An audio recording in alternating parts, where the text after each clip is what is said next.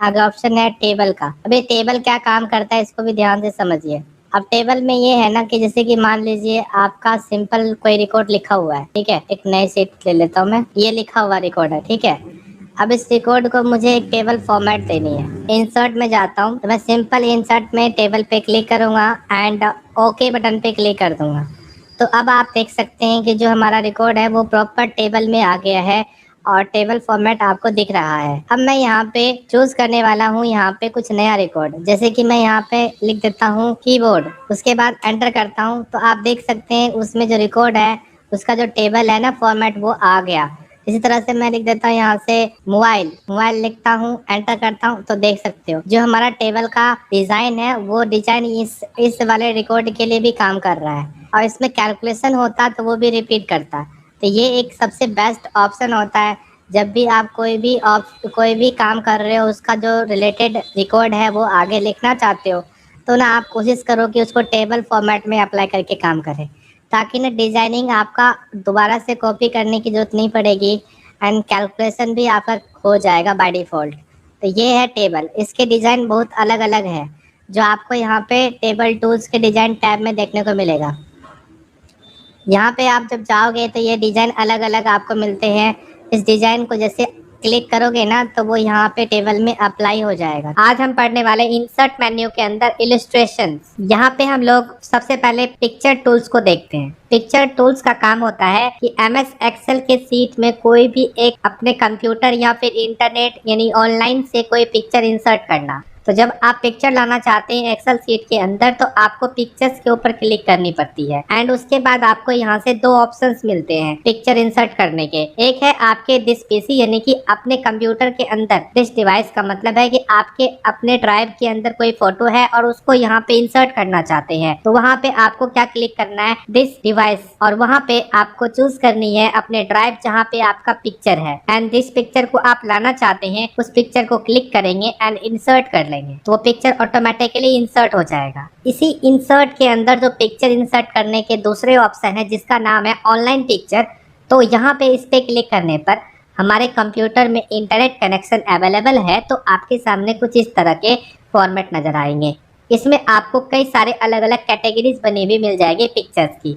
अब इन कैटेगरीज को क्लिक करके आप उनके पिक्चर्स इंसर्ट कर सकते हैं। जैसे कि अगर मान के चलिए मेरे को यहाँ पे ये वाला कैटेगरी मुझे चाहिए तो मैं यहाँ पे क्लिक करके उसके कैटेगरी में जितने भी पिक्चर्स हैं उनको हम एक एक करके या फिर सबको सेलेक्ट करके एक ही साथ इंसर्ट कर सकते हैं। जैसे कि मान लो मुझे ये पिक्चर इंसर्ट करनी है तो मैंने इस पर क्लिक किया और इंसर्ट बटन पे क्लिक किया तो पिक्चर डाउनलोड होने के बाद ऑटोमेटिकली हमारे इस सीट के अंदर इंसर्ट हो जाएगी। अब इसी तरह से अगर मान के चलो कि हमें इस पिक्चर में कुछ एडिटिंग करनी है, कहने का मतलब है मुझे इस पिक्चर के अंदर फॉर्मेट करना है। फॉर्मेट कई सारी चीज़ें हो सकती है जैसे कि बैकग्राउंड को रिमूव करना, जैसे कि हम इसके आउटसाइड में बॉर्डर देना या फिर इस पिक्चर का कलर बदलना और भी बहुत सारी चीज़ें। तो यहाँ पे हम पिक्चर पे क्लिक करके जैसे आगे देखते हैं तो ऊपर में हमें मिलता है पिक्चर टूल्स, यानी कि पिक्चर्स के अंदर जो भी फॉर्मेट यानी कि जो भी हम काम करने वाले हैं डिजाइनिंग का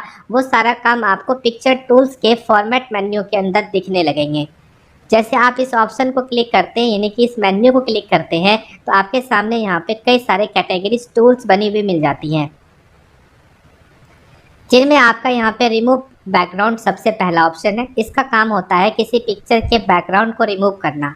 जैसे अगर आप रिमूव बैकग्राउंड पे क्लिक करते हैं तो आप देखते हैं कि इस पिक्चर के जो बैकग्राउंड है जो भी कलर मैचिंग हो रहे हैं वो सेलेक्ट हो गए बाय डिफ़ॉल्ट।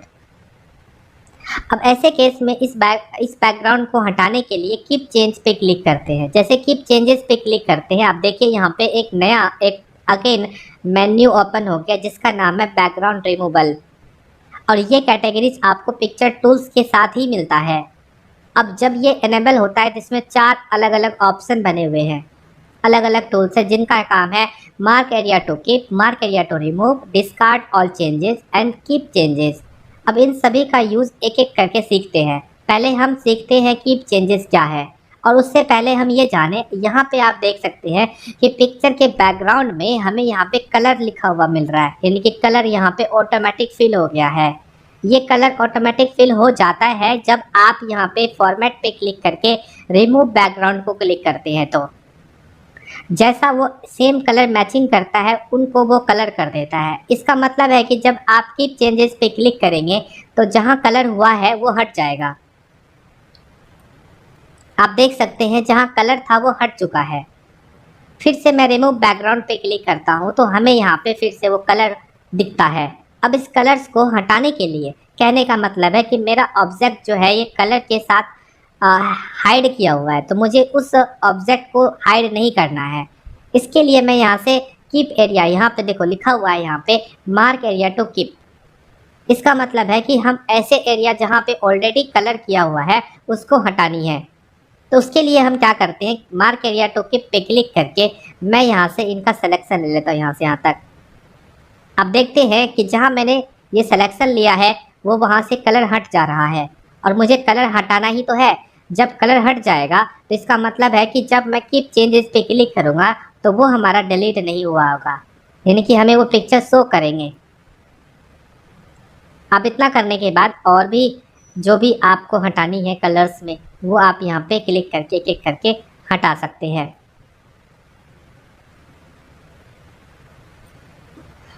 तो मैंने फाइनली इस तरह से सभी इमेजेस के जो बैकग्राउंड थे मैंने उनको सिलेक्ट रहने दिया है, और जो इमेजेस दिखाने हैं, जिस इमेजेस के पार्ट हमें ये इमेजेस के जो पार्ट हमें दिखाने हैं अपने बैकग्राउंड के अंदर, हम उस चीज़ को हमने ऑन रखा है। एंड देन हम यहाँ पे कीप चेंजेस पे क्लिक करते हैं। जैसे कीप चेंजेस पे क्लिक करते हैं तो हमें यहाँ पे अपने ये इमेजेस के बैकग्राउंड हाइड यानी कि डिलीट हुआ मिलता है। जैसा आप सिलेक्ट करेंगे वैसा वो फॉर्मेट मिल जाएगा। ये पूरा परफेक्ट फोटोशॉप जैसा तो नहीं, बट फिर भी हम जो नॉर्मल बैकग्राउंड को हटाते हैं तो वो फॉर्मेट हमें मिल जाता है। अब आगे ऑप्शन आप देख सकते हैं कि इसी के अंदर यानी कि रिमूव बैकग्राउंड के अंदर कीप हमने क्या यूज करा है, मार्क एरिया टू कीप। इसका यूज हमने क्यों किया है, ताकि जब हम इमेजेस के वो पार्ट जो रिमूव हो रहे थे उसको हम रख सके यानी कि इमेज में दिखा सके। इसके लिए हमने मार्क एरिया टू कीप का यूज किया था। अब हम यहाँ पे यूज करने वाले हैं mark area to remove. Mark area to remove का मतलब आपको बता दें कि जैसे कि हम लोग कई इमेजेस ऐसे रखते हैं जिनको हम हाइड करना चाहते हैं, उनके बैकग्राउंड को हाइड करना चाहते हैं। कुछ पार्ट्स ऐसे होते हैं जिनको हमें हाइड करने होते हैं। तो ऐसे केस के लिए हम यूज़ करते हैं mark area to remove. Mark area to remove पे क्लिक करने के बाद मैं उस पार्ट को सिलेक्ट कर लेता हूँ जो मुझे रिमूव करने हैं। मैं ये रिमूव करना चाहता हूँ तो मैंने इनको सेलेक्ट कर लिया, कलर यहाँ पे मैंने दे दिया। मार्क एरिया टू रिमूव का क्लिक करके अब जब मैं हम यहाँ पे पेंसिल का यूज़ करूँगा तो उसके ऊपर कलर आएगा। अब ये कलर यहाँ पे इस तरह से आ रहा है और इस कलर का मतलब यहाँ पे आने का मतलब ये है कि ये ऑटोमेटिक हट जाएगा। जब हम यहाँ पे कीप चेंजेस पे क्लिक करेंगे तो वो हट जाएगा। यहाँ से ये क्लिक करके मैंने इस तरह से अलग अलग जहाँ पे ये दिख रहे थे उसके ऊपर मैंने कलर कर दिए हैं। तो ये कलर जब हो जाता है तो अब यहाँ पे जैसे हम कीप चेंजेस पे क्लिक करते हैं ऑटोमेटिकली हमारा वो हट जाता है।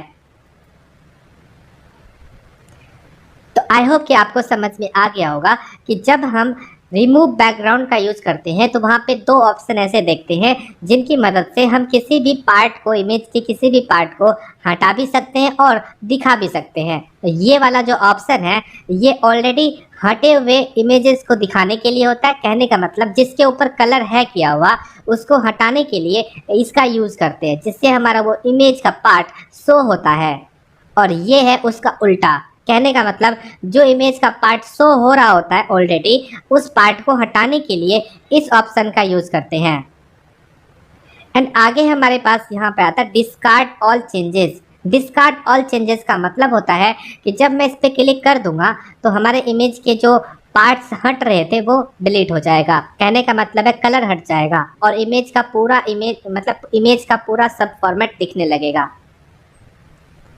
एंड आगे हम देखते हैं पिक्चर टूल्स के अंदर एडजस्ट में हमें यहाँ पे मिलता है करेक्शन। करेक्शन में इमेजेस के कई सारे अलग अलग कलर्स फॉर्मेट यानी कि इसका ब्राइटनेस हम लोग कम और ज़्यादा कर सकते हैं। जैसे कि हमारे पास ये इमेज है तो मैं इस इमेज का ब्राइटनेस और कम ज़्यादा करना चाहता हूँ। तो ऐसे केस के लिए मैं यूज़ करता हूँ यहाँ से करेक्शन। करेक्शन पे जाने के बाद मैं इमेज को सिलेक्ट कर लूँगा पहले तो, और उसके बाद करेक्शन पे जाने के बाद यहाँ से हम इमेज का जो कलर है यानी कि जो ब्राइटनेस है वो ब्राइटनेस हम यहाँ से कम और ज़्यादा कर सकते हैं, और जिस ब्राइटनेस को हम रखना चाहते हैं उस पर क्लिक कर देते हैं तो ब्राइटनेस हमें शो करने लग जाता है। एंड देन आगे ऑप्शन है यहाँ पे कलर। कलर का मतलब क्या होता है, जैसे कि हमारे पास जो ये इमेज है इस इमेज में कलर हमें बदलना है। अभी फिलहाल तो बाय डिफ़ॉल्ट जो कलर था हमने वही कलर रखा है, बस इसमें हमने क्या चेंज करा है, करेक्शन। करेक्शन का मतलब ब्राइटनेस को ज़्यादा कर दिया या फिर कम कर सकते हैं। और इसमें अगर कलर को बदलना है तो आप कलर टूल का यूज़ करेंगे। कलर में आपको बैकग्राउंड यहाँ पे black and white and then colour के भी कई सारे टोन मिल जाते हैं, रीकलर के भी ऑप्शन मिल जाते हैं। यहाँ पे आप चाहे तो इसे मतलब ब्लैक एंड वाइट कर सकते हैं, या फिर इसमें आपको कई सारे कलर रिमूवेबल कलर मिल जाता है, आपको कलर में ब्राइटनेस मिल जाती है एंड रीकलर करने का भी ऑप्शन मिल जाता है। आप चाहे तो इसमें कोई भी अपने मनपसंद कलर को यूज कर सकते हैं।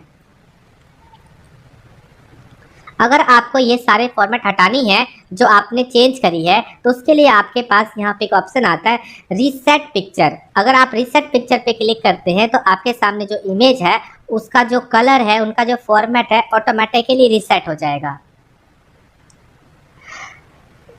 सुनो, आप अपना माइक ऑफ करो और कैमरा भी ऑफ करो, ये दोनों ऑन है आपका। हाँ ठीक है, चलिए देखते हैं। यहाँ पे जैसे कि मैंने कहा अभी कि रीसेट का मतलब क्या होता है कि अगर हम कोई भी इमेज लेते हैं और उसमें कोई भी करेक्शन करते हैं और रीसेट करने पर ऑटोमेटिक वो रीसेट हो जाता है।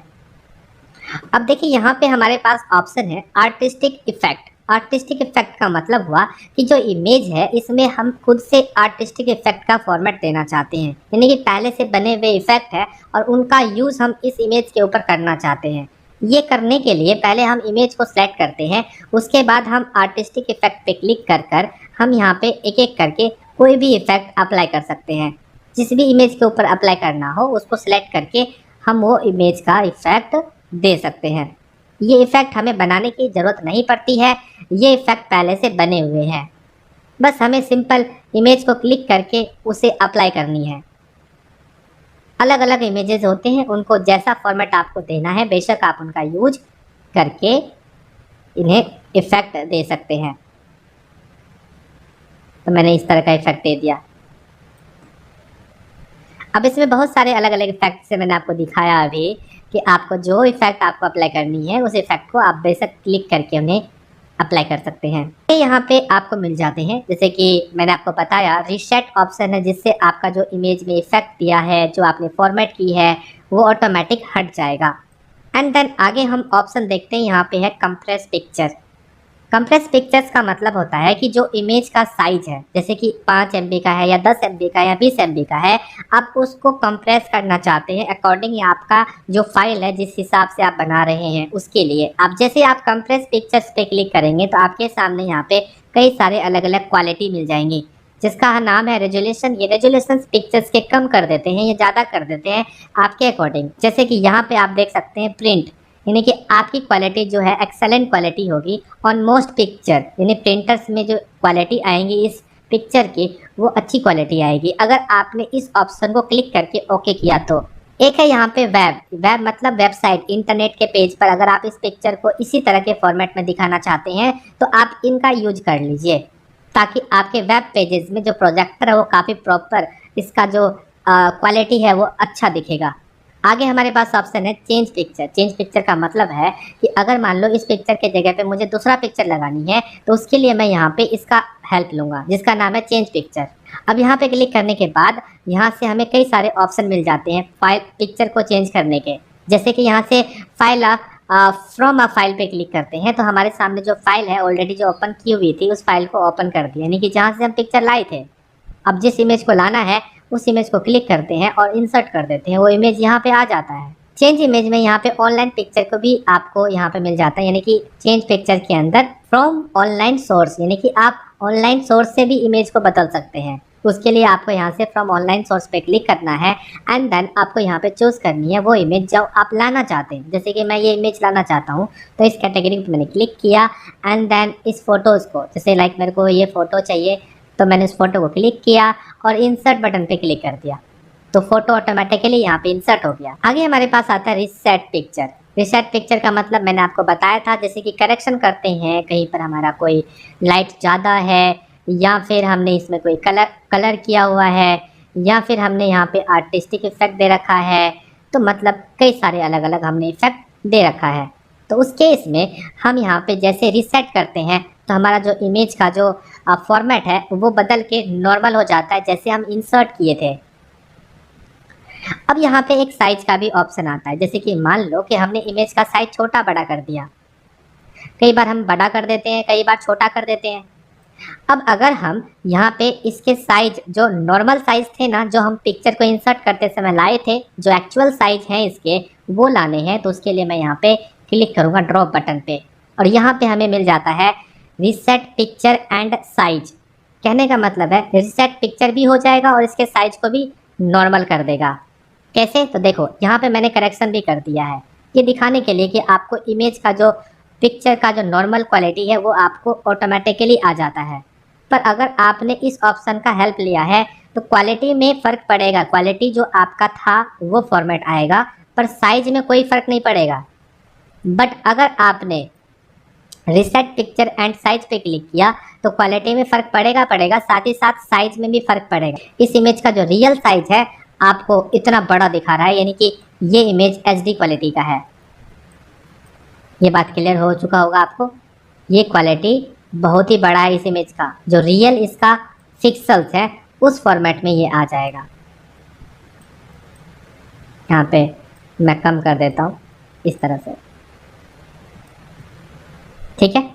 अब अगर मैं ये छोटे इमेज की बात करूँ, ये तो बहुत ज़्यादा बड़ा इमेज था तो हमें यहाँ पे बड़ा इमेज दिखा दिया। जैसे कि मैंने कहा अगर आप जिस तरह से लाए थे वैसे इमेज की क्वालिटी में ले आएंगे, यानी कि साइज भले ही वहाँ पे लाते समय छोटा था बट इसकी जो रियल वाला पिक्सल्स था, जो जितना बड़ा भी हुआ है वो रियल था।